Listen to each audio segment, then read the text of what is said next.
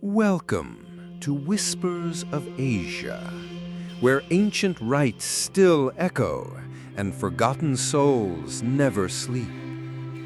Here we tell stories not meant to be heard, not in daylight, and certainly not alone. Tonight, we take you to a quiet riverside town in Taiwan, where each year families float lanterns downstream to guide the dead. But one year, a lantern did not drift away like the others. It returned, red, silent, alive. This is not just a ghost story. It's a warning about what happens when the rituals go wrong, when the dead are called back, and when something answers. So light a candle, lock the door, and do not, under any circumstance, speak your name aloud by water. Because tonight, the lantern floats upstream. The river had no name, not officially anyway. To cartographers, it was just a minor tributary, a small vein that fed into larger, more dignified waters of southern Taiwan. But to the people of the village nestled beside its crooked banks, the people who lit incense to the wind, who whispered their prayers through folded hands, who salted the steps of their doorways without ever saying why, it was called by a name never spoken out loud. It meant the mouth of memory, because here the river remembered everything.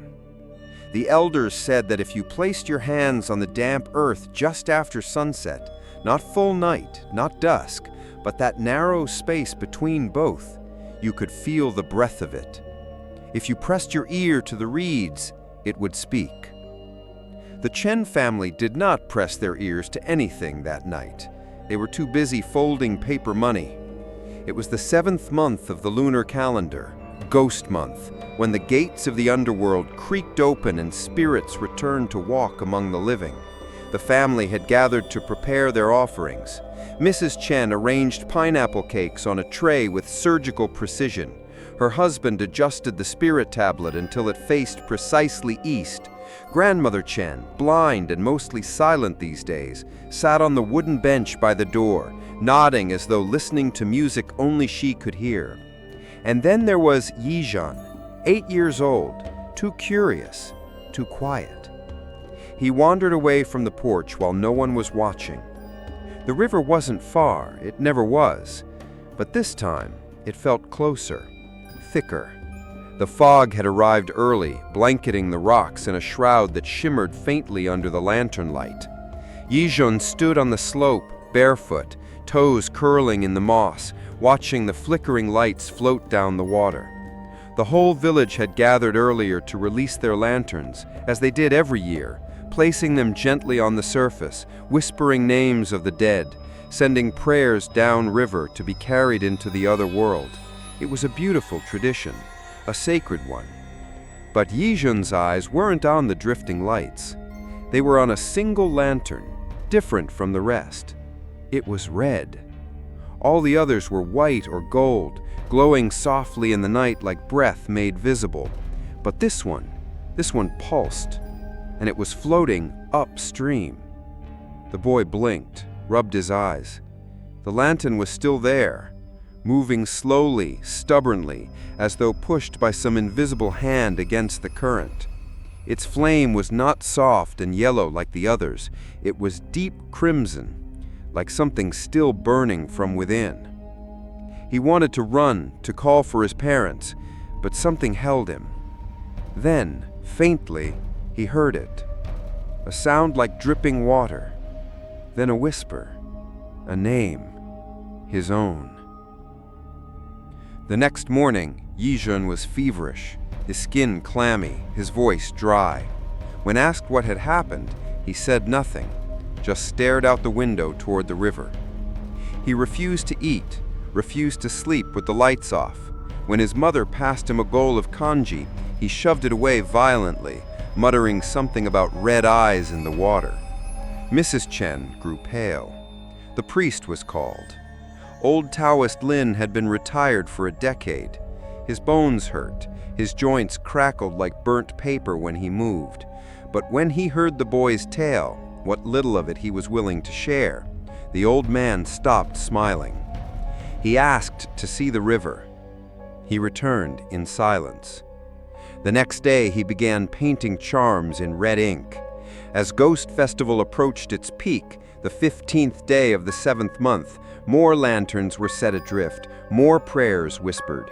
Families gathered, nervous, eager to avoid offense. But something was wrong.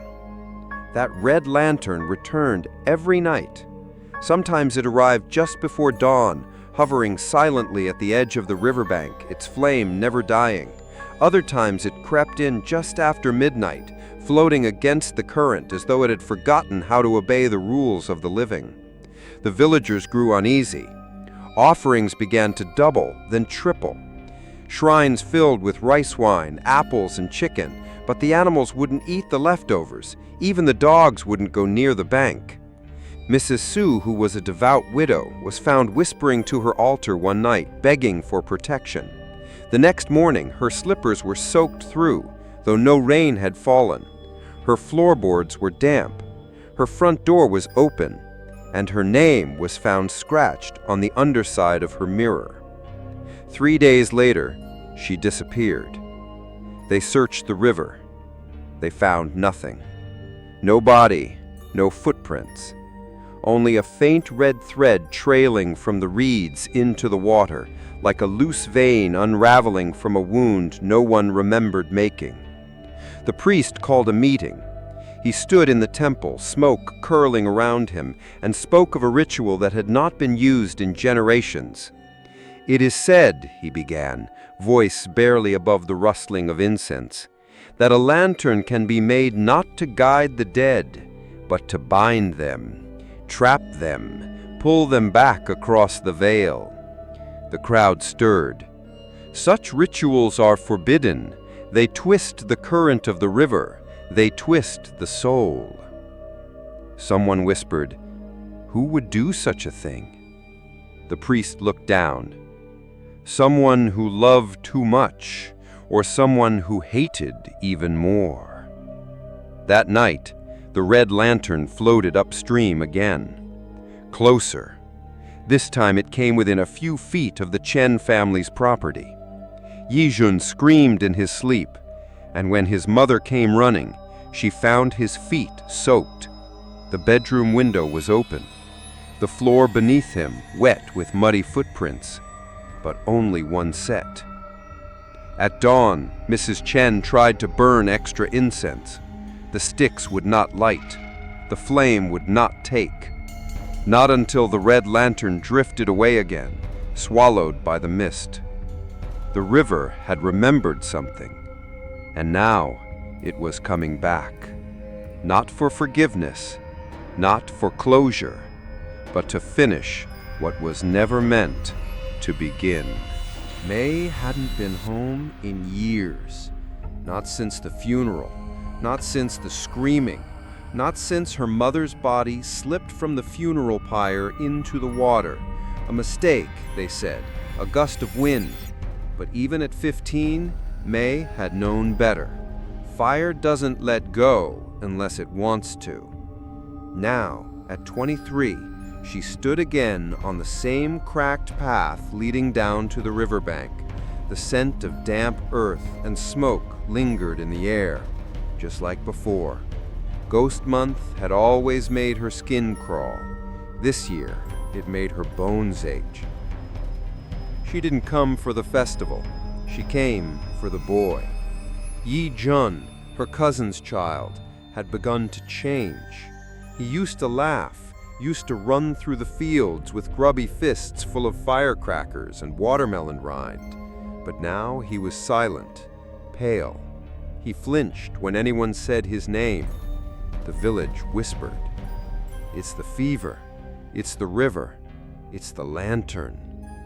May didn't believe in ghosts, but she did believe in unspoken things, and the village was full of them. The first time she saw the red lantern was by accident. She had gone down to the river alone just before sunrise, the sky bruised with indigo, the trees still asleep. She meant only to gather her thoughts, to breathe. Instead, she saw it, a single lantern drifting against the current. Its body was made of thick red paper, not the translucent kind used for celebrations, but coarse, hand-pressed pulp that rippled when wet. Its flame flickered without smoke, no wax, no wick, and worse, it hummed. Not a sound like music, but something between a breath and a murmur, a vibration she felt in her molars, her throat, her name. She stepped back. The lantern floated closer, and then the water whispered, soft, like wind through teeth. May. She ran. That night she asked her uncle about it, about the lantern, about the whispers, about what really happened to her mother all those years ago. He grew cold, not angry, not sad, just still, as if someone had pulled the thread of a marionette and forgotten to let go. "That wasn't your mother's fault," he said. "It was the wind."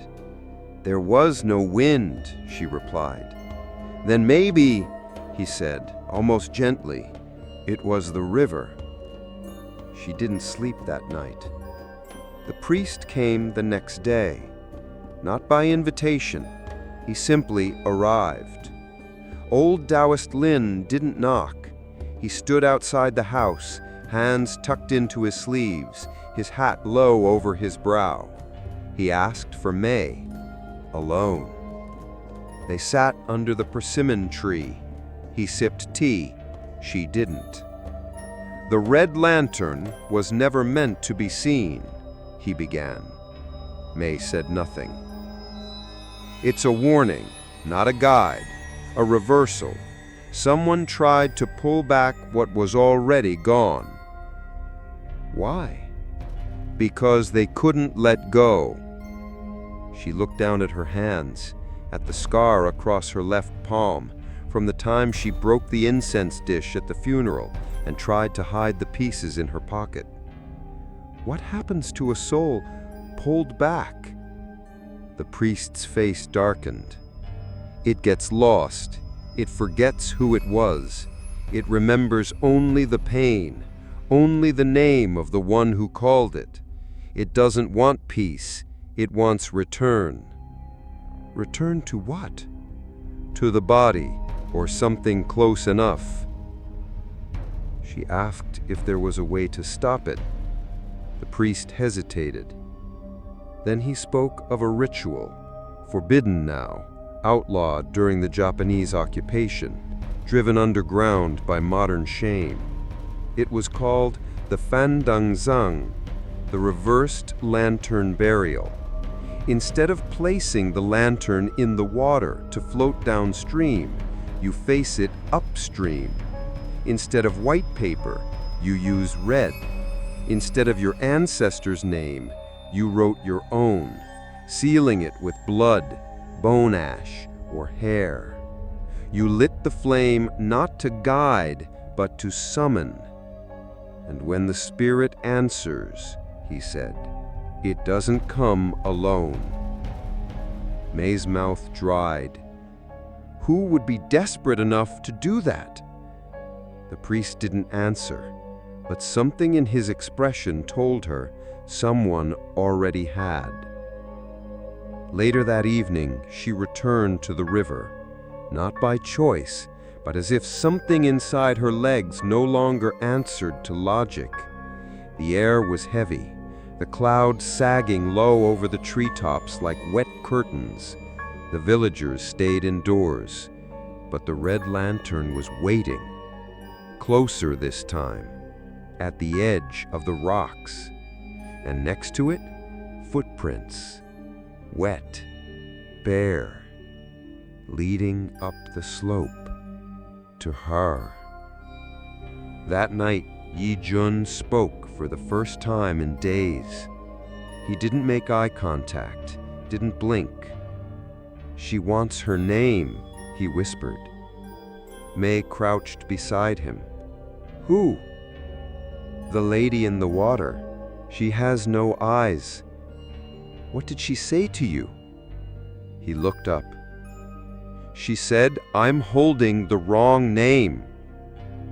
May didn't tell anyone. Not yet. Instead, she went through her mother's things, the box her uncle had sealed after the funeral. Inside, she found the dress her mother wore that night. Black silk, water-stained, still cold, still smelling of ash. And beneath it, tucked in the folds, a crumpled page torn from a Taoist manual. Characters written in red ink, a ritual for reversal. She brought it to the priest the next morning. He didn't speak for a long time. Then he asked a single question. "Who found the body?" May swallowed. "No one. It was never recovered." The priest closed his eyes. "Then she's still in the river." "My mother?" He shook his head. "Something that used to be." The village grew quieter. Children stopped playing outdoors. Doors were locked before sunset. Mirrors were covered with cloth. Even the birds seemed to vanish.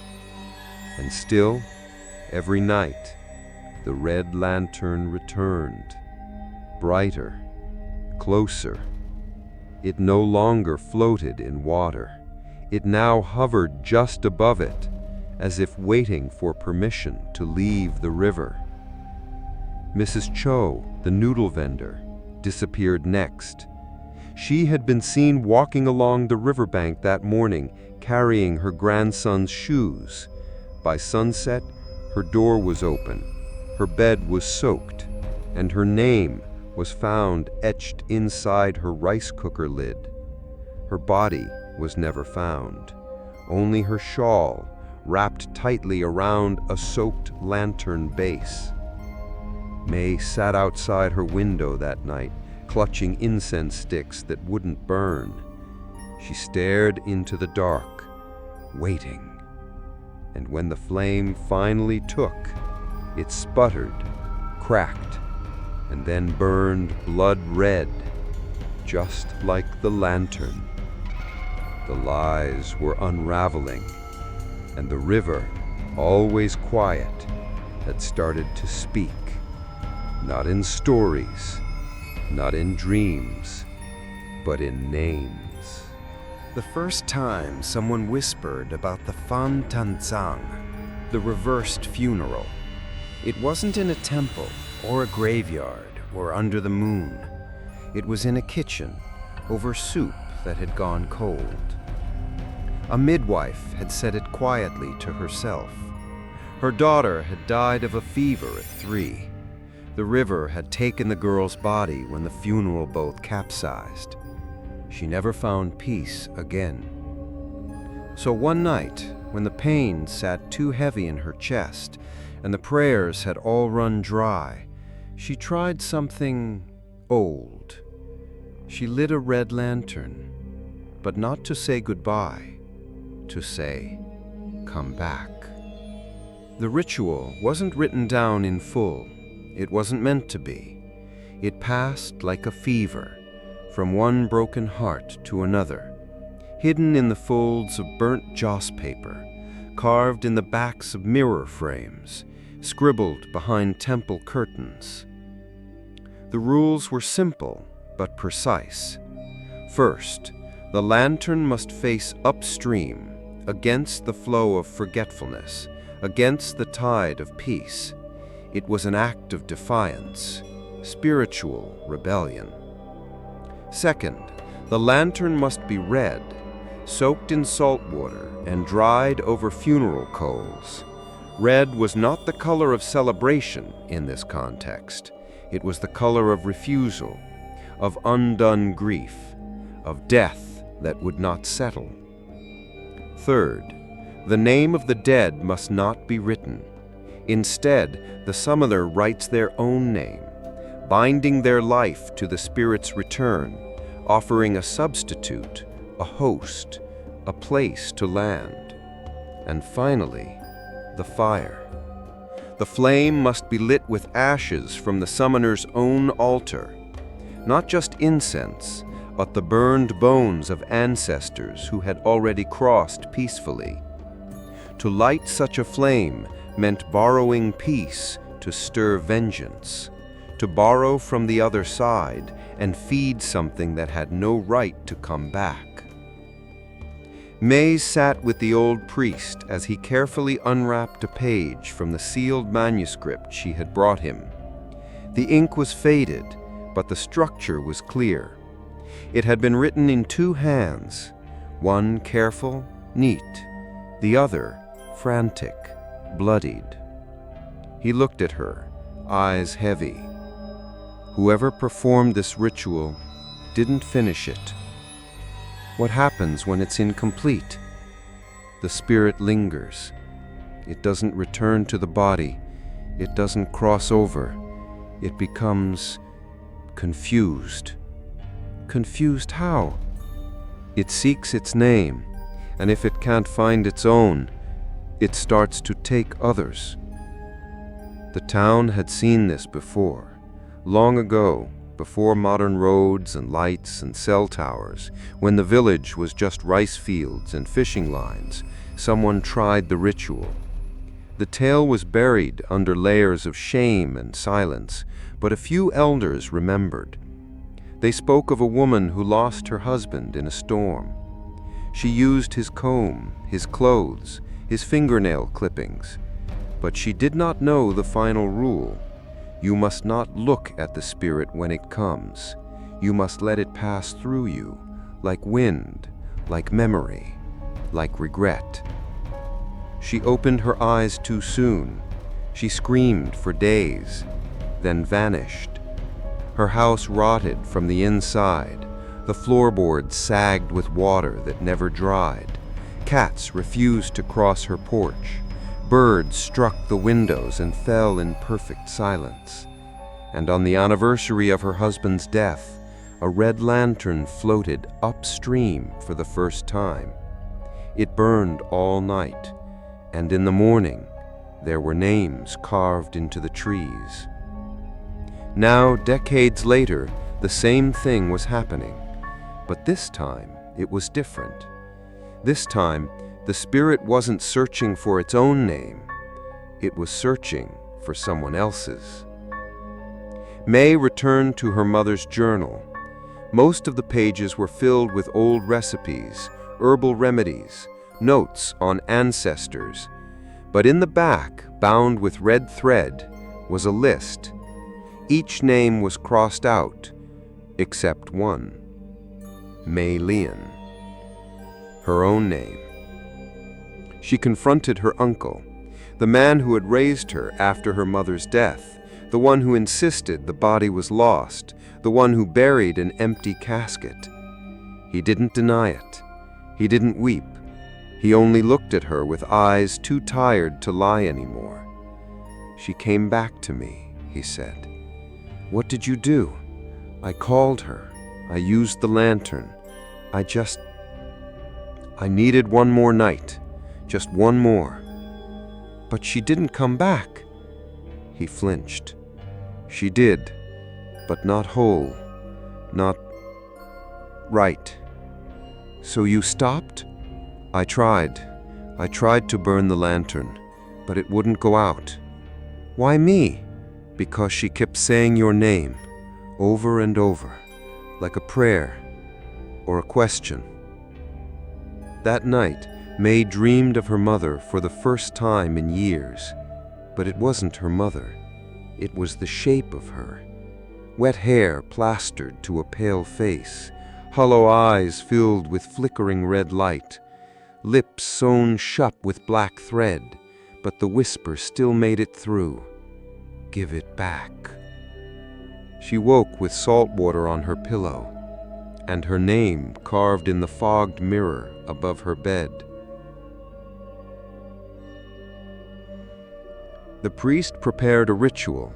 He would try to seal the lantern, to trap the spirit again, bind it with iron and ash.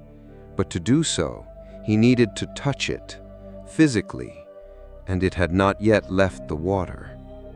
They waited for it. 3 nights. On the 4th, the river stopped moving. Just after midnight, the fog parted, and the red lantern floated to the shore, hovering, waiting. The priest stepped forward, murmuring incantations.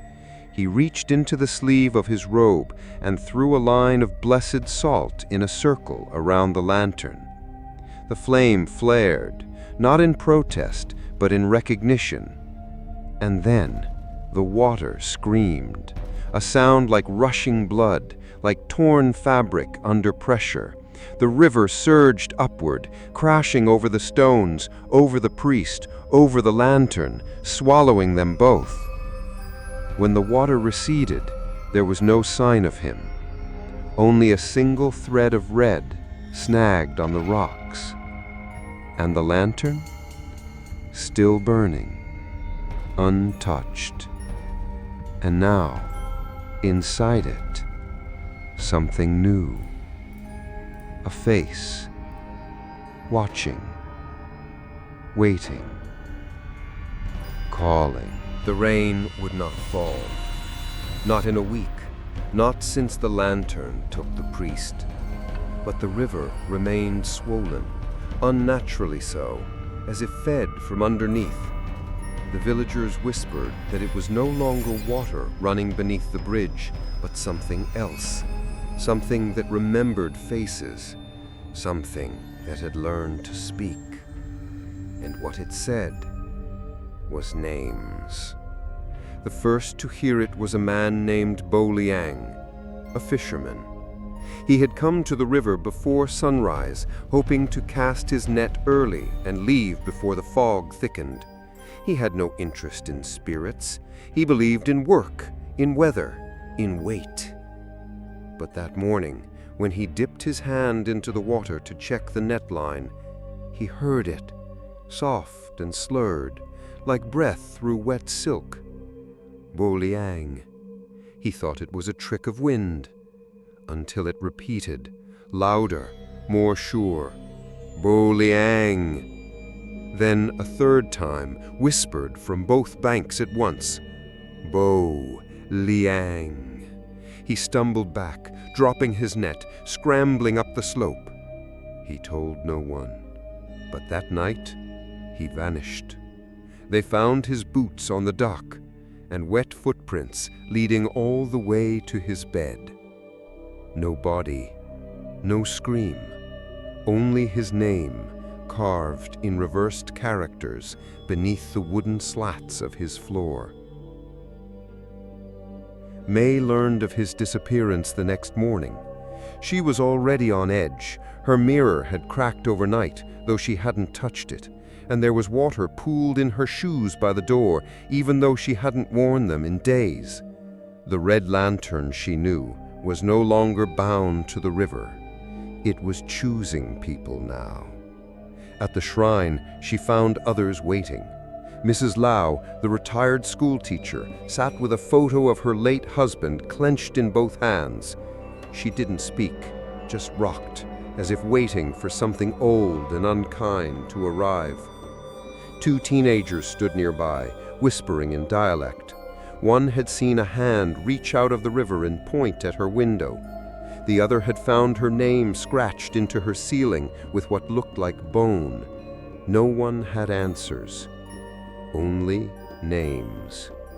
The red lantern returned that night. It no longer hovered just above the surface. It floated in the air, inches off the ground, just beyond the temple gate. It pulsed with light, red to white to black and back again. May stared at it from her window. And this time, she listened. The voice that came from within the flame was soft, familiar. May, May. But the voice that echoed after it was not that. It was lower, rough, like gravel soaked in tears. and it did not say her name. It said her mother's, Lian. Then silence, then dripping. When she opened her front door the next morning, there were no footprints, only handprints, as if someone had crawled to her home, as if someone had knocked. She followed the trail to the river. There on the dock, a paper doll sat upright, a funerary effigy used in burial rites, legs crossed, arms open, mouth sewn shut with thread, and in its lap a single red candle, still warm, still burning. The temple elders met in secret. They had begun to understand the pattern. The spirit, whatever it had become, no longer searched for its own name. It had been twisted by the incomplete ritual, poisoned by the reverse burial. Now it was confused, restless, desperate to reclaim a form. To do that, it needed a name, a living one, and it was collecting them, calling them, stealing them, and then replacing them. The Chen family was next. Yi Jun's father came home late, eyes glazed, mouth silent. He did not speak, he did not eat, but that night he drew water from the river and washed his son's feet over and over again, whispering the same phrase, "You don't belong here, you don't belong here." The next morning, he was gone. All that remained was the water basin. Inside it, his reflection, still moving. May begged the remaining villagers to leave, but they wouldn't. Ghost Month was sacred. To abandon the rituals would be to invite chaos, to insult the dead. "We must finish what was begun," said one elder. "We never started it," May replied. "But we are the ones being punished," he whispered, "so we must answer." That night, the whispers grew louder. People began to hear each other's names, spoken in unfamiliar voices, sometimes from inside their homes, sometimes from wells, sometimes behind mirrors. Children were found sleepwalking toward the river. One woman ground her chickens and could not explain why. Another began writing her husband's name backward, over and over, into the ashes on her stove. The red lantern remained, pulsing, watching, waiting. And in its center, the face had grown clearer. May could no longer deny it. It was her mother, but not her mother as she remembered. Her features had softened into something wrong, distorted by water and flame, and the eyes, if they could be called that, were not eyes at all, but two burning threads twisted into spirals of light. When May closed her own eyes, she could still see them, burned into the backs of her lids. The river had stopped whispering. It no longer needed to. The names were already known, already spoken. Now it was waiting for the doors to open, for someone to invite it in. May found a letter under her bed, damp, folded in half, no handwriting. Inside, a funerary photo of her mother, and beneath it, in red thread, her own name sewn across the bottom, May Lian. Not as first name and last name, but as one name, one being, one vessel. She realized the truth. The spirit wasn't just coming for her. It had already marked her. She was the unfinished piece, the gap in the ritual, the missing vessel. Not to host a ghost, but to complete it, to become one. And once that happened, the river wouldn't be enough to hold it. And then came the final sign. A boy, only 4 years old, was found humming by the shore. When asked what he was singing, he said, She told me my name isn't mine anymore. Who told you? The lady in the flame? And what did she say your name is? The boy smiled and whispered, May. The village temple had not opened its side chamber in decades. Behind its rotting doors and dust-veiled statues, beneath layers of abandoned scrolls and worm-eaten cabinets, there was a single iron box, sealed with 7 locks, each carved with an old Taoist symbol: breath, fire, earth, silence, forgetting, names, and water. Only the priest had the keys, and now the priest was gone, swallowed by the river, but the box had begun to hum. May stood before the chamber, her hands trembling. She had no right to be there, only fear, and fear had brought others. Mr. Wu, the herbalist with burnt fingertips, a girl with blood in her ears, a woman who had not spoken since her son vanished into the water, leaving only his shadow on the wall behind him. They said nothing. They only stared as May picked the locks. Inside the box was a book, bound in faded red cloth, damp at the edges, the Taoist's final manual, not printed, not copied, handwritten. Its pages had the feel of skin, its ink soaked deep into the fibers as if the words had bled into the paper. It smelled of salt and loss and something older than fire. She turned the pages slowly. The priest's notes were careful, detailed, filled with regret and warnings. If you call the dead against the current, they will not know the way back. If you light a flame without peace, it will consume more than shadows. And if the spirit forgets its name, it will look for yours. One passage was underlined 3 times. You cannot command the flame unless you give it breath. She didn't understand until she reached the last page. Pinned to it, with a blackened pin of scorched silver, was a photograph, her mother. But the edges were burned away, and behind her, half visible, was May's own face.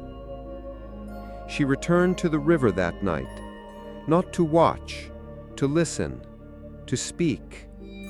The lantern was already there, waiting, as always, just beyond the bank. This time it had brought something else. The river's surface was no longer flat. It had begun to ripple upward, rising like slow breath, folding over itself, forming small peaks that bent but did not break. And in those ripples were shapes, not bodies, not hands, but mouths, mouths that whispered, not all at once, but one after another, in perfect sequence. Names. Every name in the village, and then, finally, Mei Lian. She stepped closer. I know what you are, she said. The lantern flickered. You are not my mother. Silence. You are what's left of her, what was twisted, what was trapped. The flame leaned toward her, hissing faintly, not in rage, but in recognition, as if it had been waiting for someone to say it, to name the truth. And now the lie was dying, but so was the boundary. The priest's final warning returned to her like wind through paper. Once a spirit is called, it must be returned, or it will root itself into something living. And the longer it lingers, the more it forgets how to leave. May sought out the Taoist's apprentice, a quiet man who now swept the temple floors, but once studied under the master before fear drove him to silence. His name was Rung. He was young, too young to carry the weight of the old rites, but when May showed him the book, he grew pale. He told her a story of a ritual so ancient it was no longer passed down, only buried. A reversal within a reversal. "It's called the turning flame rite," he whispered. "What does it do?" "It gives the spirit a face, just long enough to speak its name again, to remember who it was. If it chooses to let go, it returns to ash. If not, it takes the face." He nodded. "And the name, and the breath." The materials were difficult. Funerary thread spun from forgotten prayers, an unbroken mirror buried for at least a generation, blood from the summoner's living parent, or, if not possible, their own first breath sealed in cloth. But worst of all, the ritual required the lantern's flame to be placed in a bowl carved from driftwood found downstream, proof that the river had accepted something once before, a symbol of letting go. But no such wood remained. Not in years, not since the red lantern first began to return. So May did what no one else would. She walked the river alone, for hours, for miles, and just before sunrise, beyond the final bend where the water thinned into reeds and frogs dared to sing again, she found it. A blackened piece of driftwood lodged in the roots of a fallen tree. Still warm, still humming. She didn't question it. She only wept, not in fear, but in release. The river had given her a weapon, or a warning, maybe both. When she returned, the fog had thickened. The red lantern was not at the bank. It was at the shrine, floating inches above the old altar where incense no longer lit, its frame brighter than ever. And inside it, the face had shifted. No longer just her mother's. Now it resembled her own, but hollowed out, grinning, stitched shut at the mouth, but smiling with the eyes. Rong prepared the space. May placed the driftwood bowl in the center, surrounded by salt, ash, and the paper doll left on her porch the night before. She wrapped her breath, caught on silk she'd screamed into during a night terror, into the red paper, and set it beside the bowl. Then she waited. The flame began to lean, to bend, to reach, as if it knew, as if it had always known this was the ending it had wanted. Not destruction, return. And then from the flame a whisper, not in anger, but in pain. "You called me." May knelt, hand trembling. "No," she whispered back. "He did." Silence. Then a sound like wind unraveling a knot. "You are mine." She stood. "No," she said, tears on her cheeks. "You are hers, but you are not her anymore." And then she dropped the flame into the bowl. The light exploded, not upward, inward, folding into itself like a dying star, threads snapping, voices screaming, names unraveling all at once. The bowl cracked, the doll burned, the mirror shattered, and when the smoke cleared, the lantern was gone. No trace. Only one thing remained, a single footprint, small, bare, facing downstream. The river began to move again. The fog began to thin, and the names stopped whispering. But the villagers still did not speak, not because they feared what was gone, but because they feared what had been invited. and what might one day want to come back. The rain returned on the 7th day, but it did not fall from the sky. It came up from the ground. May awoke to a steady drip. Her ceiling was dry, so were her windows, but her floor soaked. She stepped barefoot onto wet wood only to feel something soft beneath her heel. A paper foot, thin, folded, stained with red thread where the ink had bled from the eyes. She looked down. A funerary doll sat just beneath her bed, upright, silent, legs crossed. It hadn't been there the night before. Its mouth was missing. Its hands were open, and tucked inside its folded palms was a lock of her own hair. That same morning, 2 more dolls were found. One on the altar of the town's abandoned tea house, a building empty since the owner vanished in the river 6 years ago.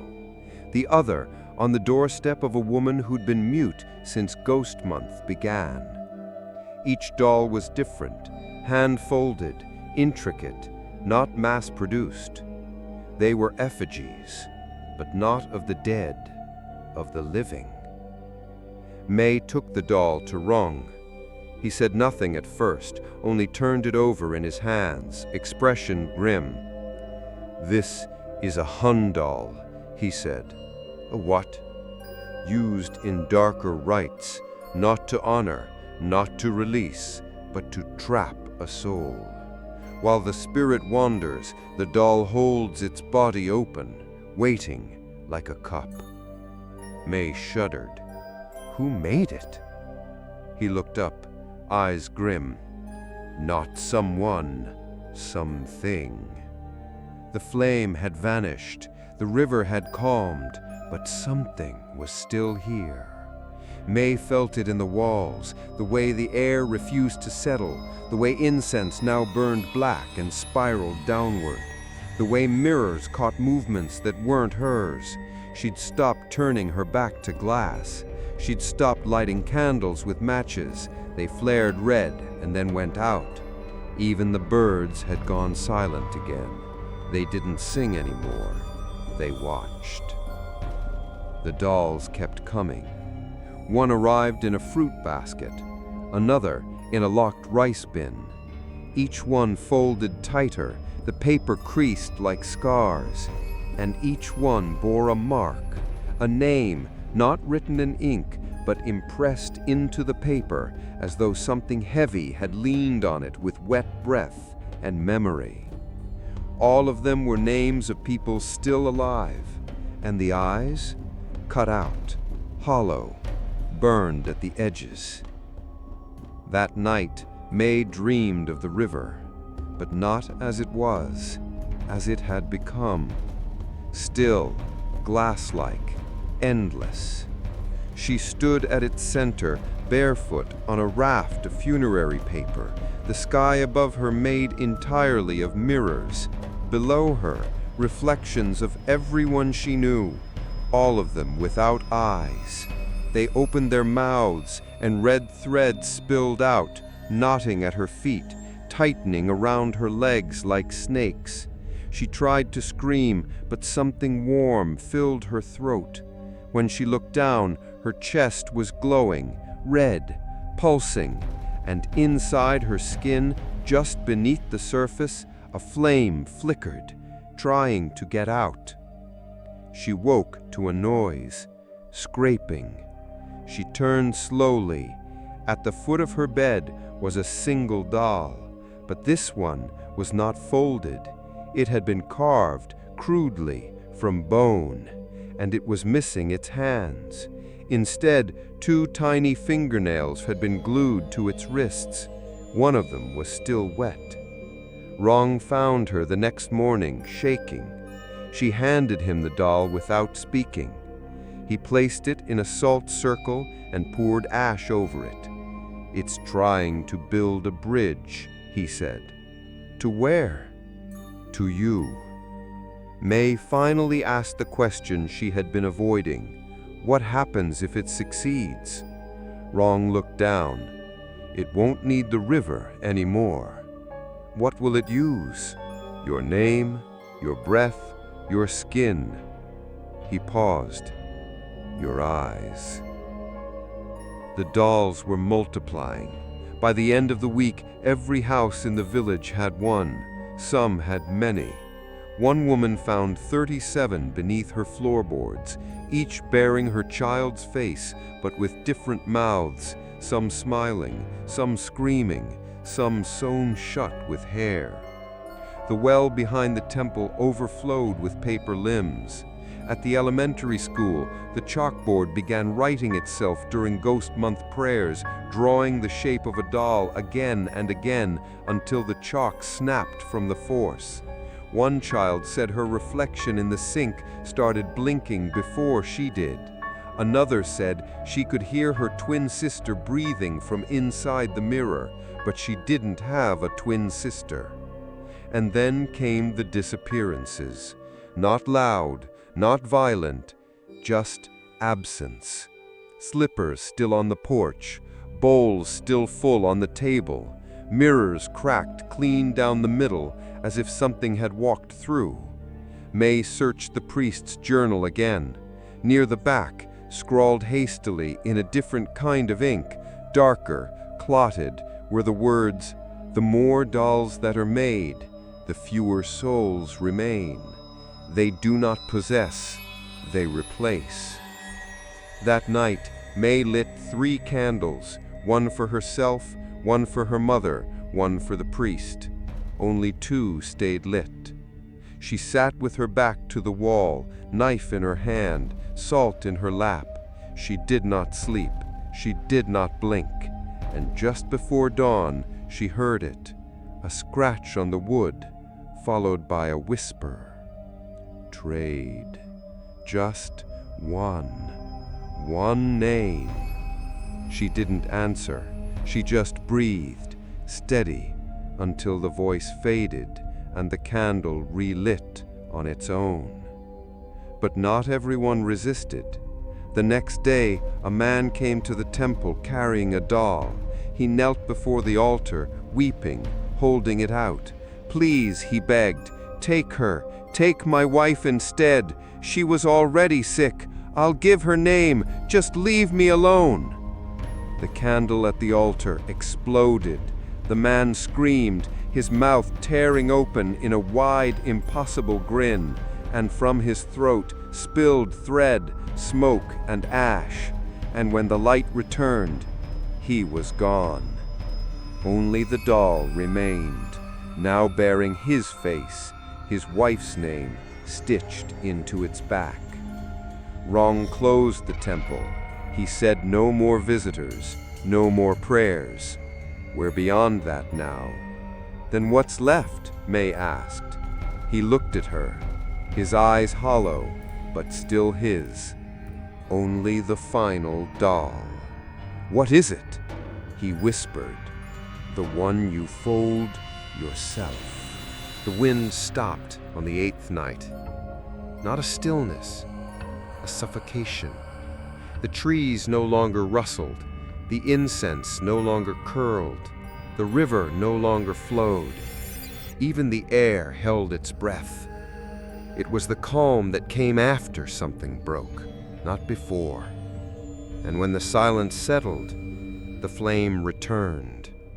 But it was no longer a lantern. It was a face. May was the first to see it. She had gone to the river again, not because she wanted to, but because something inside her had started tugging each night. The dreams came in fragments now, not voices, not names, but images. A child's shoe floating face down in a bowl, a cat staring into a broken mirror and hissing at nothing.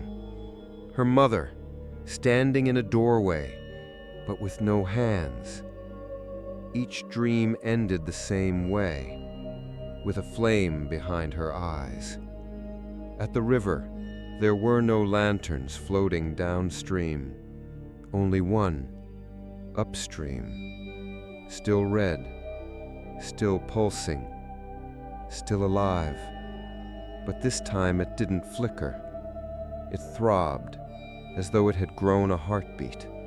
And as it reached the shore, the water beneath it boiled, then receded, leaving dry mud behind as though the flame rejected water now. And from the glow, a shape began to emerge. A head, not made of flesh, made of ash and old paper and hundreds of burned joss sticks molded together. A doll. No, not a doll. A mask, with her mother's face, and behind it, a mouth that was no longer stitched shut. It was open, smiling, wide enough to swallow the stars. The villagers gathered at sunrise, those who remained, less than half. Some were gone, others not quite gone but not present either. They stood too still, they blinked too slowly. Some had begun to repeat the same word under their breath. Light, light, light, over and over, even when no flame was near, even in the dark. May and Rong met in the shrine. They placed the burned dolls into clay jars filled with salt water and buried them beneath the temple. "It's not enough," Rong said. "She's growing stronger. She doesn't want to return anymore." "Then what does she want?" May asked. He hesitated. "To stay. In the village? In you." The priest's old journal had a torn page glued to the inside of the back cover. It described a phenomenon called the undying flame, a spiritual parasite that could be created only when a reversal ritual was interrupted and left incomplete during Ghost Month. It was not a ghost, it was not a god. It was a repeating echo, a memory that refused to decay, fed by names, stoked by longing. And once it consumed enough identity, it stopped mimicking and started becoming. "She wants a body," Rong said. "She wants my name," May whispered, "and she's almost ready to take it." That night, the sky bled red, not sunset, deeper. The clouds turned the color of fresh meat. The river reflected it like a wound that would not close. And in the distance, from the direction of the old burial grounds, a light rose. Not a lantern, a tower of flame, spiraling, unbreaking. It moved, not fast, but it didn't need to. It hovered over the earth like a serpent of fire, curling along the treetops, seeping through alleys, slipping beneath closed doors. Everywhere it passed, paper curled, candles hissed, mirrors cracked, and those caught in its path froze. One woman turned to salt mid-prayer. A man folded in half like paper, his mouth still moving as though whispering the last syllable of his name. The flame did not burn them, it rewrote them. Rong and May stood on the temple roof, watching. "This is it," he said. "The end, the ignition. The only way to stop an undying flame is not with water, not with salt, but with silence. True silence, the kind no living thing can produce, the kind only the emptied can carry." "There's an ancient rite," Rong said. "Another one? Not a reversal, not a sealing. This one is an exchange." "Of what?" "A name, a flame, and a future. They would need a vessel, a living one, who could carry the flame back to where it began, downstream, and let the river finish what it started. But the river no longer took things, it only gave them back, unless the vessel was the offering."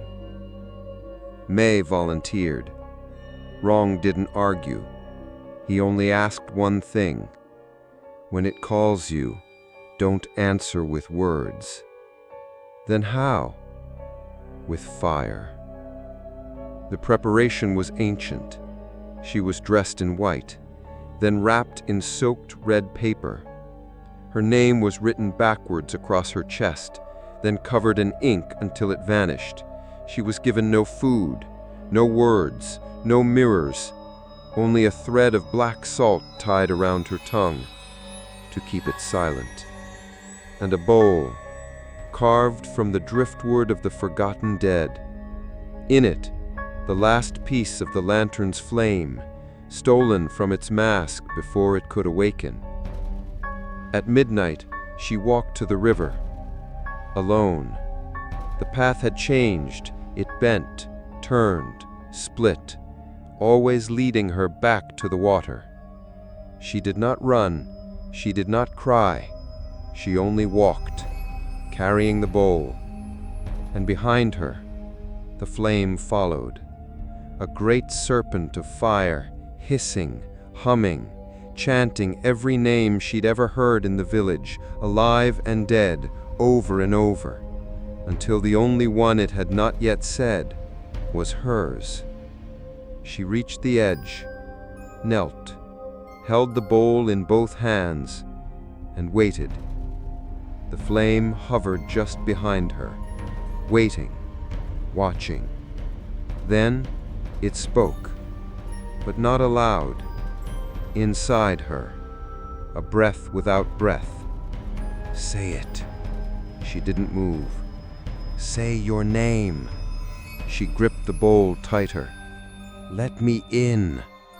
The flame leaned forward, a finger of heat brushing the edge of her cheek. May. Then a pause, a shift, a mistake. It hesitated, just long enough. And May, silent, mouth sealed, tipped the bowl. The driftwood cracked, the name inside burned, and the flame screamed. It was not a sound made for human ears. It shattered windows in houses miles away. It curled the river. It blew open every locked door. And then it was gone. Not extinguished, but swallowed. By the river, by the name, by the silence. The villagers emerged to a dawn that did not burn. The sky was pale, the water moved, and the altar smelled of incense again. May awoke 3 days later, alive, but changed. She did not speak for a week. When she finally did, it was not her name she said. It was her mother's, softly, like an apology or a goodbye. There had always been an empty grave behind the shrine.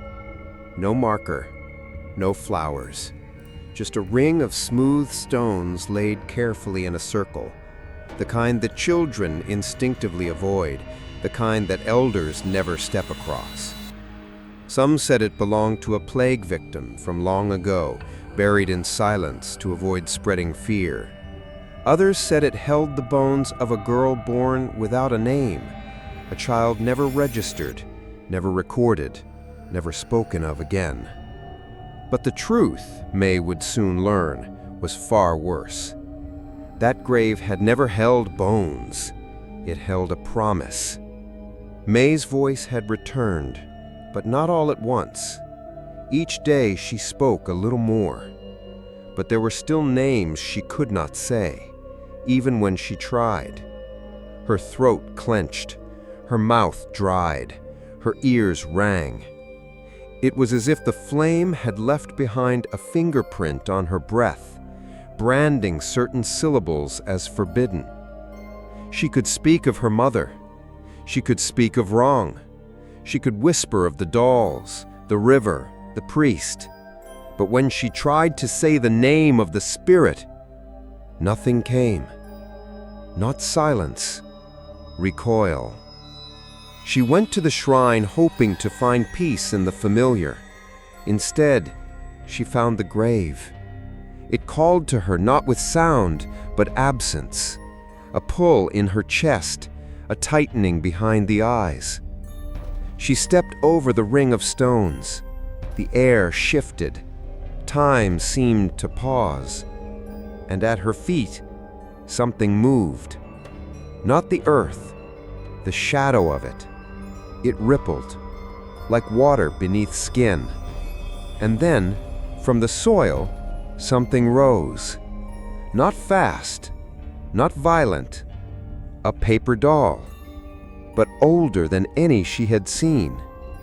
Its paper was nearly translucent. Its joints were bound with thread made of hair, and across its face was a smear of black ink where the eyes should be. It held no name, only a mirror, small, cracked, wrapped in red string. May picked it up and saw nothing. No reflection, not hers, not the trees, not the sky. Only smoke, shifting, then clearing. And behind the fog, a girl, no older than 10, floating, eyes stitched shut, mouth open, and inside, where a tongue should be, was fire. She dropped the mirror. The ground shuddered. A whisper hissed up through the stones. I was first. I was forgotten. I had no name, so I became theirs. May staggered back, breath ragged. Wrong found her moments later, pale, trembling. "She's not just your mother," he said quietly, kneeling beside the grave. "She never was." May looked at him. "Then what is she?" He brushed the soil with shaking fingers. "She's the first reversal. The first before your family, before the priest, before the village had records. A desperate mother tried to save a stillborn child, a daughter born without a breath, without a name. She made a lantern. She lit it upstream. Did it work? Too well. The ritual had no container, no boundary. The girl had never had a name to bind her, so she became the hunger behind every reversed rite that followed. She answered every call, whether meant for her or not. She latched onto any grief that resembled her own, and each time someone tried to bring back a loved one, she came instead, borrowing their shape, their voice, their sorrow, but never becoming them, always incomplete, always wrong, because she had never had her own name, only the longing for one. That's why she whispered in the river, why she sewed mouths shut, why she took faces, why she made dolls. She was trying to collect enough identity to become whole, to become someone, anyone, even May, especially May, because she was the first to almost succeed, the first to carry her willingly, to listen, to let her in. And now, she wanted to finish what had begun, not to haunt, to inhabit. May asked what could be done.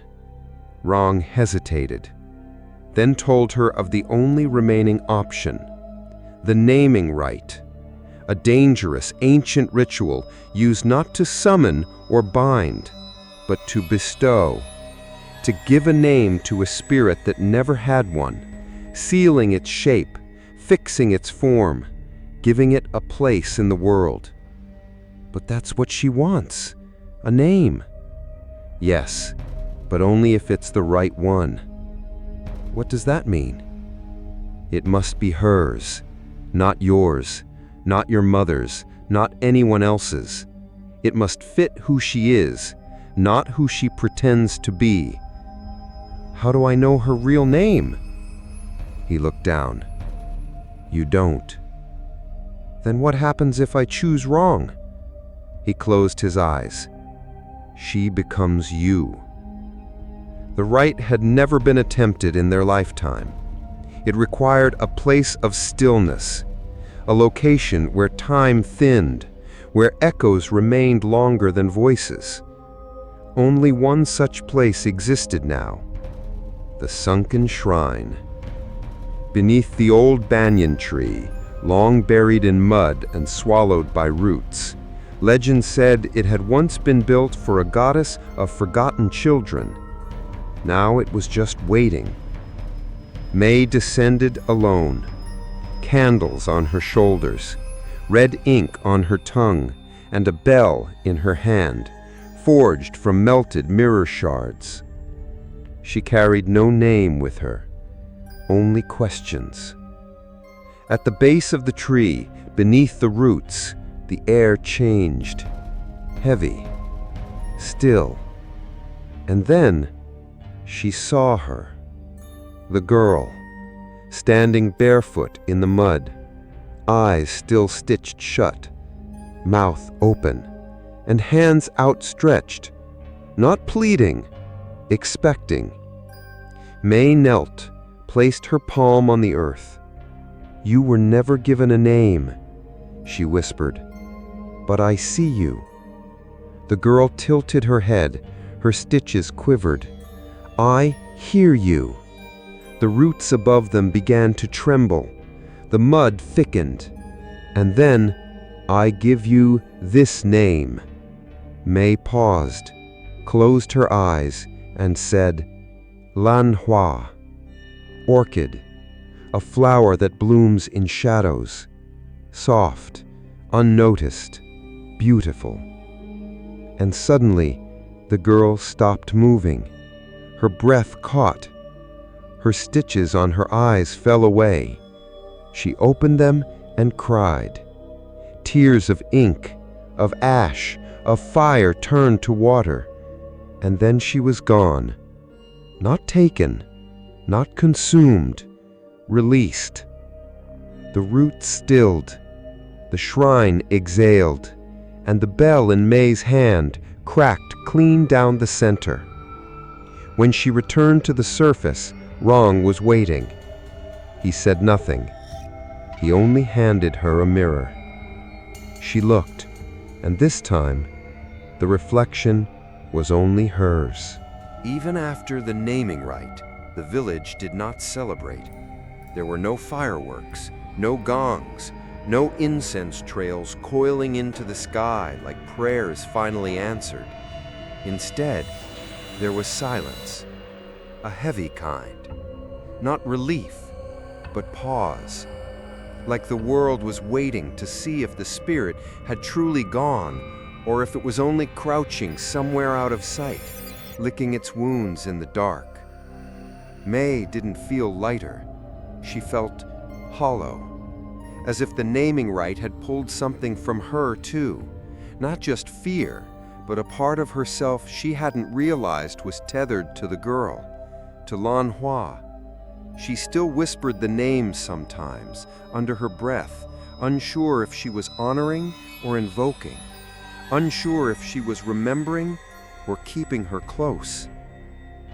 Then the offerings began, small at first.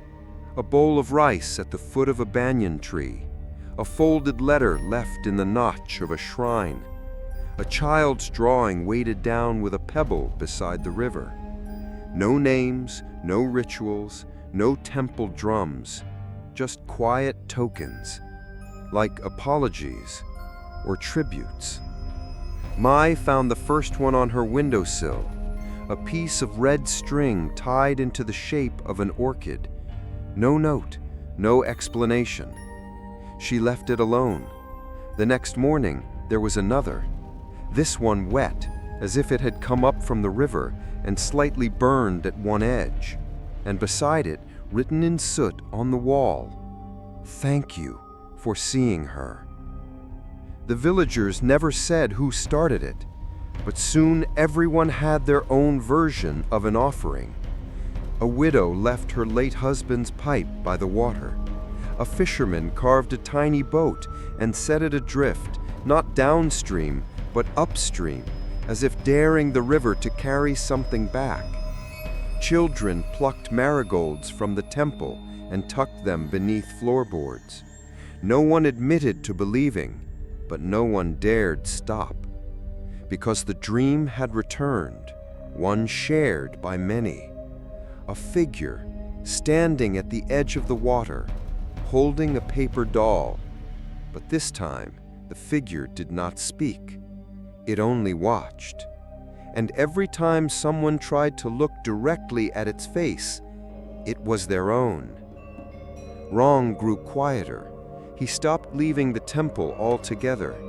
Each morning, Mai would find fresh salt trails at the thresholds of the shrine, red paper talismans replaced before the old ones even curled.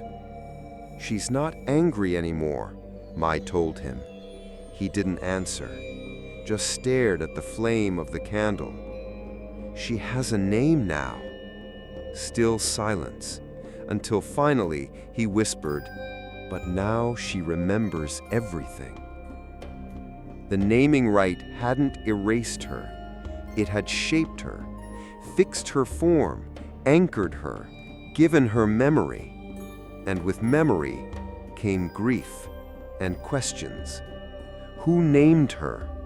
Why was she never claimed? Why was she folded into everyone else's pain but never offered her own peace? Now that she had a name, she wanted a story. One morning, Mai woke to find an envelope slipped beneath her door. Inside, an old photograph of her mother, holding hands with a child that Mai had never seen before. A little girl in white, her face partially burned in the photo, but her eyes unmistakable, stitched shut. Lan Hua. Mai confronted her uncle. He wept before she even asked. Was he there when she was born? He said, "Whose child was she?" She said, "Your grandmother's first, before your mother, from a different man, a different life, a secret. So she was my aunt." He nodded. "But she was born sick, no breath, no cry.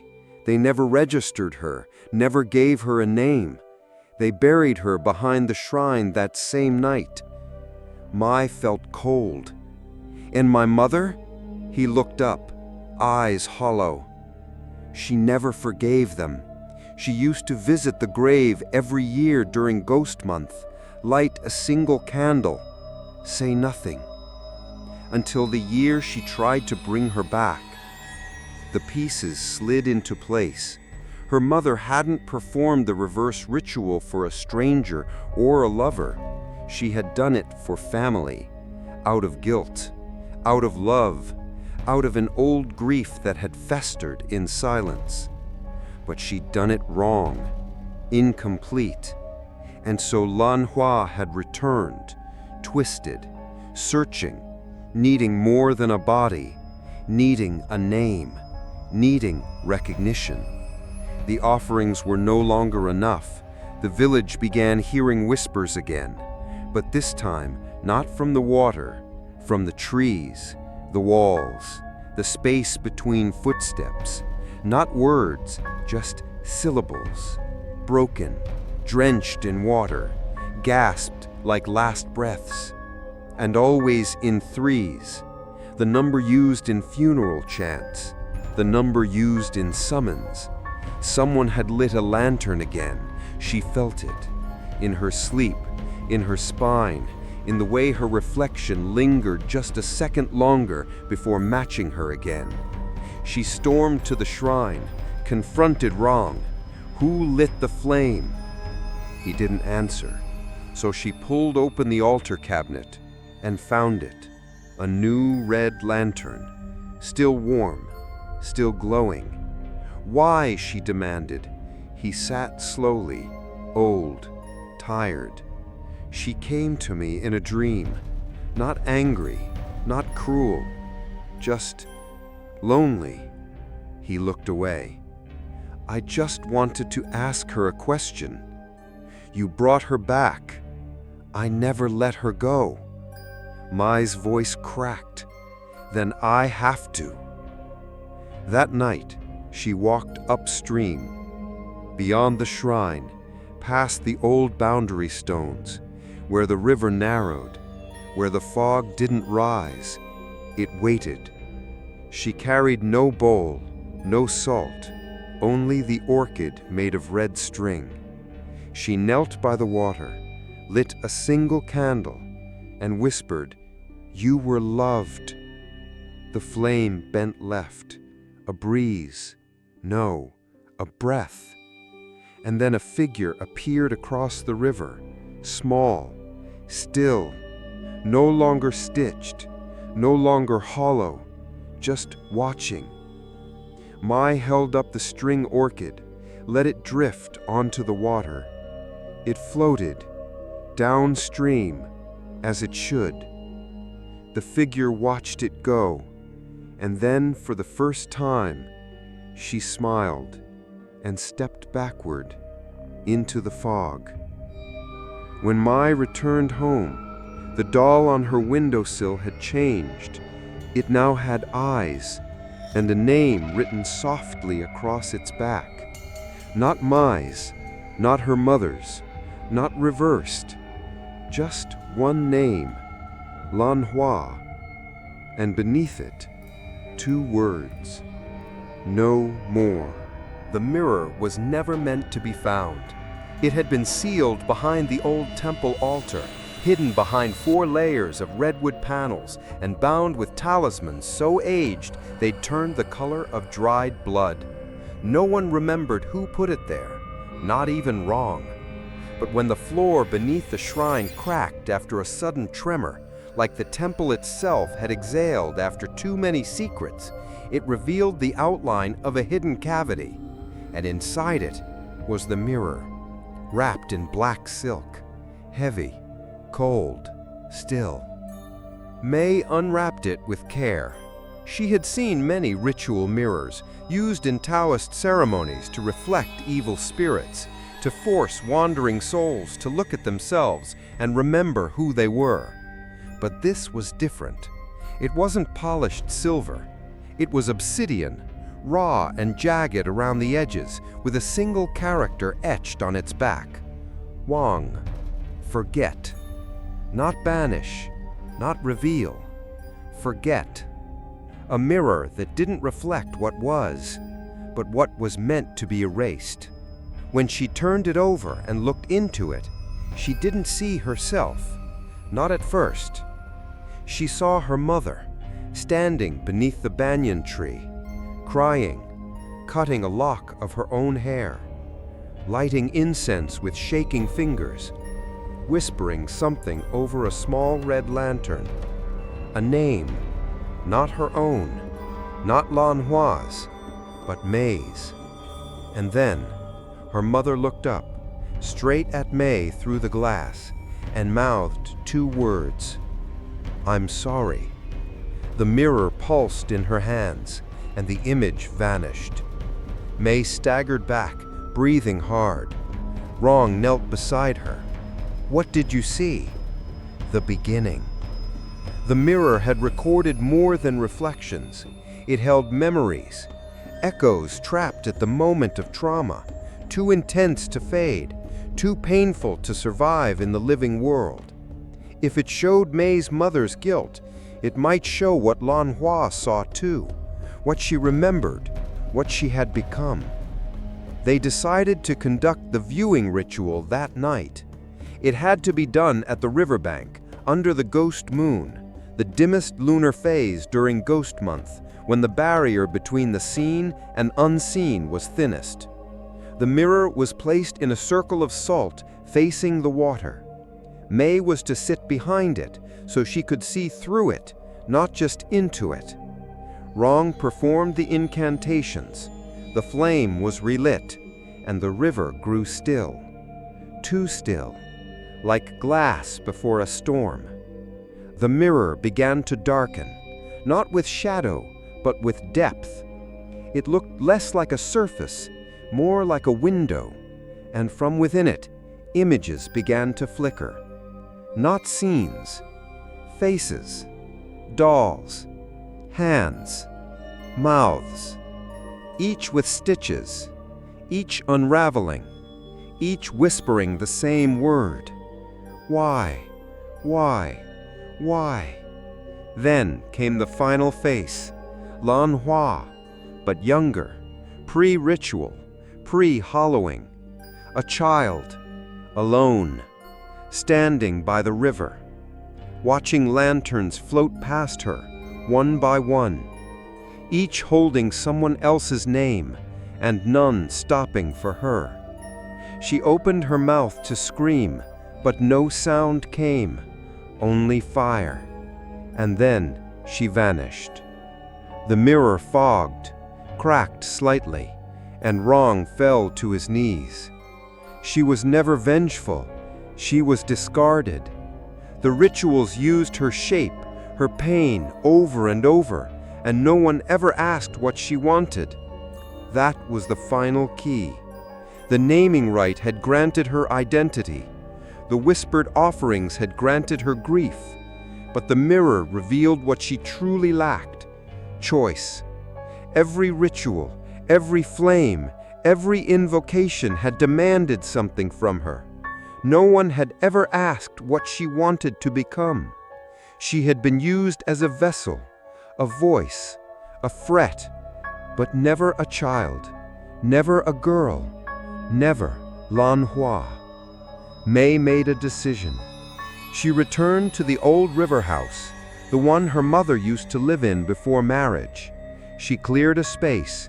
She cleaned the mirror, and she placed it upright on a small altar beside a bowl of water, 3 red candles, and a new paper doll, lovingly folded, gently inked, with 2 unburned eyes and a tiny orchid pressed to its chest.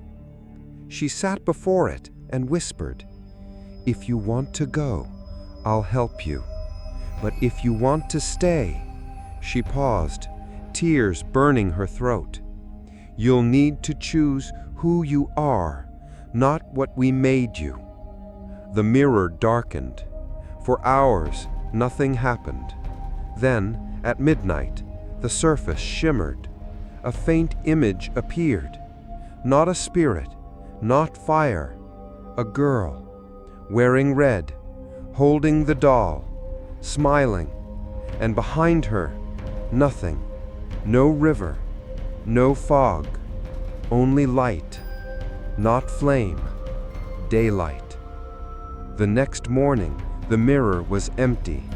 No fog, no face, but just May's reflection, finally returned. And outside her door, where the dolls had once appeared, there was a pair of red children's shoes, dry, clean, facing away from the river. May hadn't slept in 3 days, not because of nightmares, but because the house was quiet. Too quiet. No dolls appeared. No red lantern floated upstream. No more names whispered in the bowls of water or lingered in the corners of mirrors. But silence was not safety. Silence was what came before an answer. And May had asked a question. "Do you want to stay?" Now she was waiting to hear if Lan Hua had said yes. Rong hadn't spoken much either. He sat inside the temple most days, mending old talismans and repainting faded charms, as though trying to restore a balance long broken. He did not ask about the mirror. He didn't need to. He could feel it. Something was shifting, not fading, but preparing, as if the spirit world had paused mid-step, deciding whether to walk away or turn back. On the 4th day, the wind returned.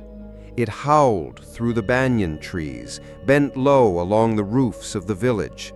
But this wasn't storm wind.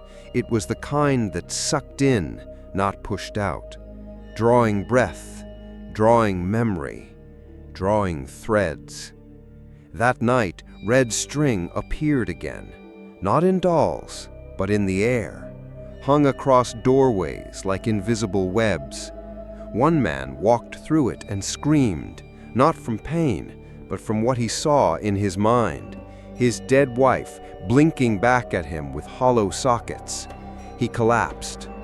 When they found him, his fingernails were gone, and red string had replaced the tendons in his hands.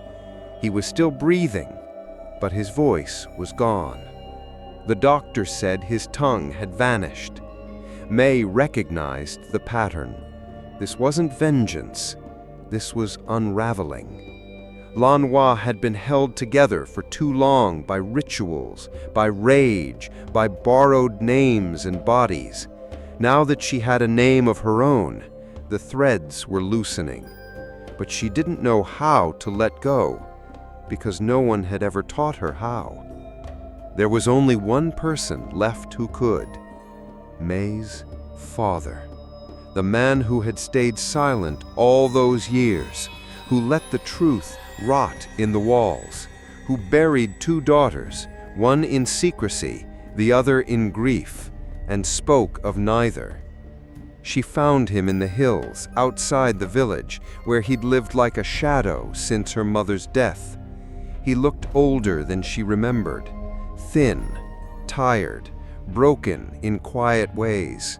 But when she said Lan Hua's name, he wept and whispered, "I still see her, every ghost month, standing at the edge of the water, waiting for someone to bring her home." May knelt in front of him. "You have to speak her name." "I don't deserve to. That's not the point. She was yours, even if you never claimed her. She needs to hear it. And if I do, then she'll know the thread can end, that she doesn't have to bind herself to what was lost." That night, under a moon veiled in mist, May returned to the river with her father. They brought no offerings, no flame, only the mirror and the thread. It had started to appear in her room again, coiled in corners, wrapped around doorknobs, waiting to be severed. Rong prepared the final ritual, not to seal, not to name, but to release. A rite older than reversal, older than funerals, a rite of breaking the bond, of returning a name not to fire or water, but to silence. Her father stood before the mirror, spoke once, softly, the name, Lan Hua. The thread around his wrists snapped like dry silk. The air pulsed, and the mirror responded, not with fire, but with stillness. And then, for the first time, Lan Hua appeared as herself, not stitched, not burning, not broken, just a girl. Tears in her eyes, mouth closed, but no longer silent. She reached out, not to take, but to touch. His father stepped forward, placed his palm against the glass, and whispered, "You were mine." The mirror cracked gently, and light spilled from the fractures, not blinding, warm, like sunrise after a long night, and with it, she was gone. Not torn, not banished, not lost. Gone. Fully. Finally. Freely. The wind died. The threads vanished. The river flowed as it once did. Only water, only reflection, and the silence that followed was real, not haunted, but whole. Later that week, May gathered the old red string that remained and burned it in the temple courtyard. No spirits screamed, no faces appeared, only ash falling like dust, and in the soot one shape remained, a single flower, orchid-shaped, drawn by the wind. Unthreaded. The blood moon rose without warning. No forecast, no cycle, no calculation. One night, the sky simply shifted, and the moon turned the color of soaked thread, full and red and impossibly close. People felt it before they saw it, a tension in their teeth, a dryness in their tongue, a pressure behind the eyes, like memories trying to force their way out. Old wounds reopened, old names resurfaced, and somewhere far from the edge of reason, the river began to whisper again. But this time, it sang. The song had no melody, only rhythm. Footsteps, one after another, slapping softly against wet stone. A procession, but not of the living, not quite. They came at midnight, from the trees, from the fields, from the cracks between stories no one finished telling. Villagers long gone, faces long buried, but now walking, barefoot and quiet, down the center of the old road that once led to the riverbank. Their eyes were closed, their mouths were open, and red thread flowed from their lips like smoke. Rong was the first to see them. He opened the temple doors to light a lantern, but the light wasn't needed. The road glowed, not by flame, but by names. Each step the procession took left a name behind in the dirt, written in soot and salt, fading as the next foot fell. He dropped the lantern. It didn't break, but it didn't cast a shadow either, only reflection. And in the reflection, he saw himself, but younger. And behind that younger version, Lan Hua, still waiting, still watching. May was already at the river. She had known it was coming. The blood moon wasn't a warning, it was an invitation. The final hour, the last breath. She stood barefoot in the same spot her mother once did, carrying only two things: a bowl carved from the driftwood of a broken altar, and the mirror, the cracked one, the one that now pulsed faintly with red light. Not evil, not cursed, but unfinished. As the procession reached the riverbank, they did not stop. They formed a circle around May, not threatening, reverent, each figure holding a piece of the past, a photo, a doll, a charm, a name written in reversed characters, now corrected. The dead had returned not to haunt, but to finish. From the center of the river, the flame rose once more. The red lantern, but now bloated, glowing so bright it hurt the eyes.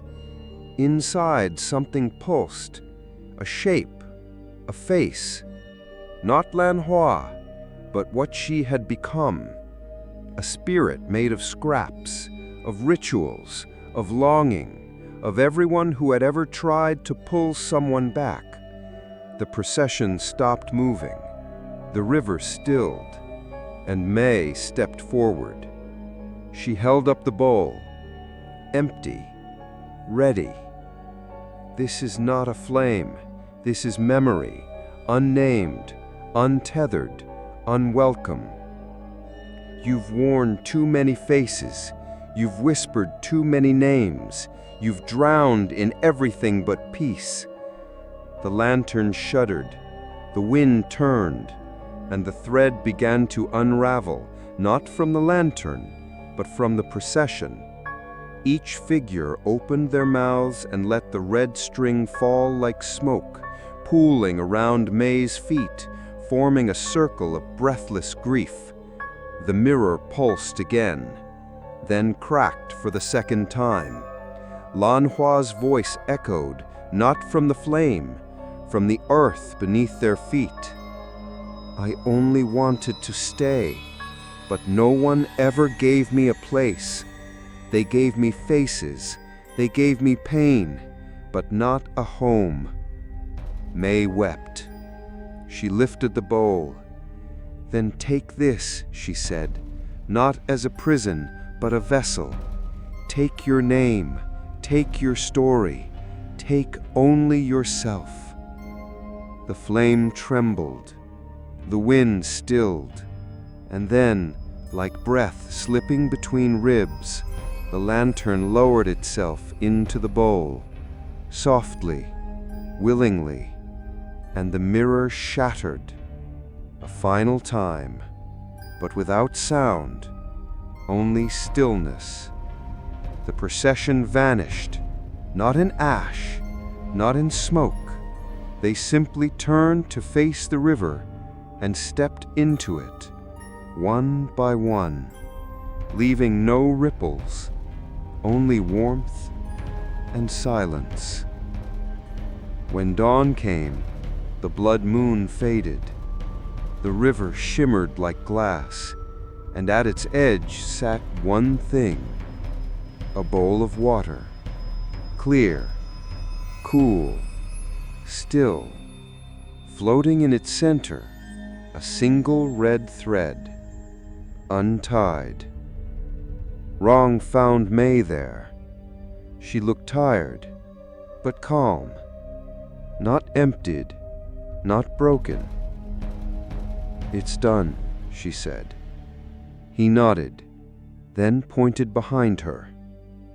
A single paper doll sat in the grass, but it wasn't folded in grief. It was folded upright, balanced, centered. On its chest, a flower, drawn in soft ink, and beneath it, no name, just a symbol. On peace. May picked up the doll, held it to her heart, and whispered. She stayed, but not to haunt. She stayed to rest. At first, no one noticed it was gone. Not because they didn't look, but because they were afraid to. Too many months of silence felt like a trap, a stillness waiting to snap shut. But the river no longer whispered. It breathed. Each morning, a thin mist lifted from its surface, like warm sighs rising after a long-held cry. The trees leaned a little closer. The birds had returned. Even the mirrors inside the village homes had stopped twitching. They now simply reflected. Nothing more, nothing less. But on the 15th night, under a sky too clear to be trusted, someone saw it. A boy no older than Yi Jun had been when it all began, wandered to the riverbank chasing fireflies. And there, drifting gently with the current, was a single red lantern. Its color faded, its paper wrinkled with age, but its flame still burning, not violently, softly, like the last breath of a lullaby. And for the first time in memory, it was floating downstream. Word spread slowly. No one dared speak too loudly about it. They simply gathered in silence, at the river, at the edge. Not to stop it, not to pray, but to watch. And as the lantern passed each familiar turn, the village seemed to exhale together, not in joy, not in mourning, but in completion. May stood at the far edge of the bridge, where the bamboo meets the water. She didn't cry, she didn't smile. She just watched the flame drift, weightless and free, into the bend of the river, where it would disappear. She didn't follow it. She didn't need to, because for the first time in her life, there was nothing left to chase, no name to reclaim, no thread to pull. Wrong joined her quietly. He He handed her something wrapped in cloth. A bell, cracked, but no longer ringing. "I kept it," he said, "in case she needed to return." "She won't," May replied softly. "You sound certain." She nodded. "Because this time, we didn't send her away." "What did we do?" "We let her go." As the lantern disappeared into the final curve, the river shifted. A faint ripple. Not unnatural, not cursed, just a current, as it should be. And on the far shore, barely visible beneath the moonlight, something bloomed. A single orchid, wild, delicate, rooted in the mud, alive. When May returned home, she found the old mirror on her windowsill. It had been gone since the ritual.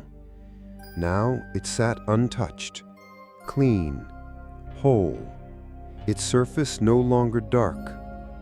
She picked it up, and this time, when she looked into it, she saw only herself.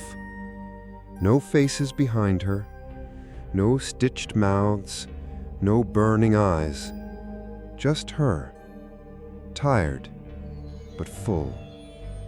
She placed it back down and walked outside. The night was cool, the wind was warm, and from the river came no whispers, only frogs, water, life, and peace. The next morning, a fisherman spotted something caught on a rock downstream. He rowed over and lifted it from the water, expecting trash.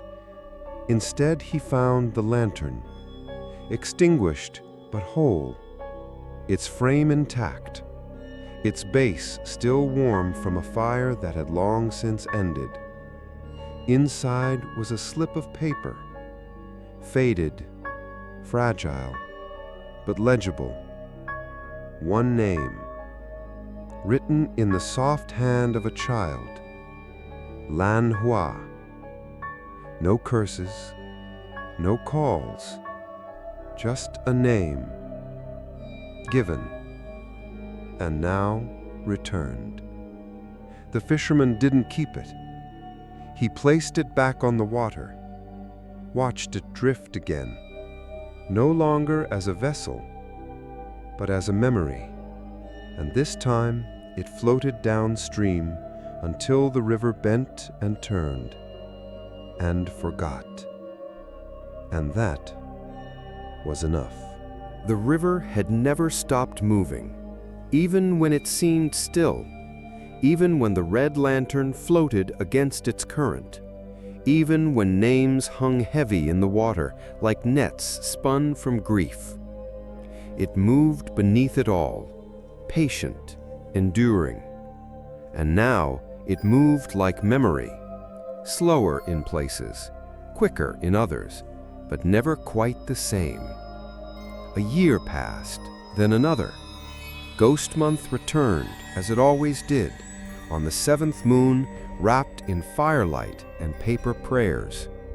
Families gathered at the water again, but this time the lanterns all floated one way, downstream, as they were meant to. No one whispered backwards, no one called names too loudly, but no one cried either. Not like before, not the same. The grief had changed shape. It no longer clung, it settled. May stayed in the village. She rebuilt the river house, left the old cracks in the walls, but painted the windowsills yellow. She planted orchids in the yard. Some bloomed, some didn't. She never forced them. She didn't need to. Children grew, and when they asked about the red lantern, the one the elders sometimes mentioned in lowered voices, May told them a story. Not a scary one, not one of curses or spirits or dolls, but of a girl who waited so long to be remembered that she almost forgot herself. and how the river carried her name home. She never showed them the mirror. She had sealed it in a wooden box wrapped in silk and buried it beneath the orchid tree behind her home. If anyone ever found it, she hoped they'd see only their own reflection and walk away whole. Rong passed quietly one winter, in his sleep. No visions, no tremors, only peace. May found a letter in his robes, addressed to no one, written in ink so faint it looked like breath. She never asked to be followed. She only wanted to be seen. The village held his funeral by the river. May lit a white lantern and placed it in the water. It drifted gently. No flame burst, no thread returned, only ripples and silence, the kind that feels full, not hollow. One morning, as she swept the porch, a small boy ran up from the dock, barefoot, excited, carrying something in his hands. "Auntie May," he called, "I saw it." "Saw what?" "A lantern far, far down the river. It was red." She froze, turned slowly. "Red?" He nodded. "But it wasn't scary. It was pretty. It looked like it knew where it was going." He held up his hands to show her. Nothing there, just wet palms. No flame, no thread, just water. That night, she sat by the water again, older now, quiet. The stars shimmered above like old names unspoken. The river shimmered below like names finally released. She didn't wait for the lantern. She didn't search the shadows. She only closed her eyes and listened, not for a whisper, but for what wasn't there. No threads, no names, no footsteps, only the sound of the river, not remembering, not grieving, just flowing, just forgetting. And somewhere, far downstream, where the water bends and loses its shape, a single red thread caught in the roots of a fallen tree untied itself, drifted away, and was never seen again.